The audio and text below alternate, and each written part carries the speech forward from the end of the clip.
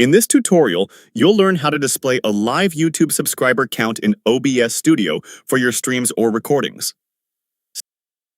Start by selecting the correct scene in the Scenes panel to ensure you're editing the layout you want to display live. Then type a clear name for your new browser source so you can easily identify it in your source list later on. Once the browser source is added, select it in the preview to adjust its placement and settings for the best on-screen appearance. Next, open YouTube Studio Analytics and click the See Live Count button to view and share real-time subscriber updates. If you need to copy the live counter URL, use the context menu to undo any recent address bar edits to make sure you have the correct link.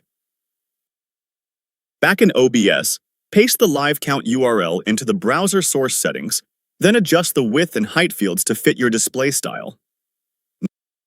Now enter or modify the URL and set a height so your subscriber widget shows up clearly on your stream.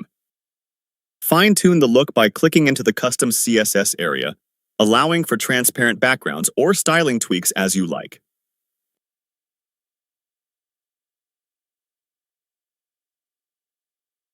If needed, use the Interacting tab to test or update your live subscriber widget while streaming.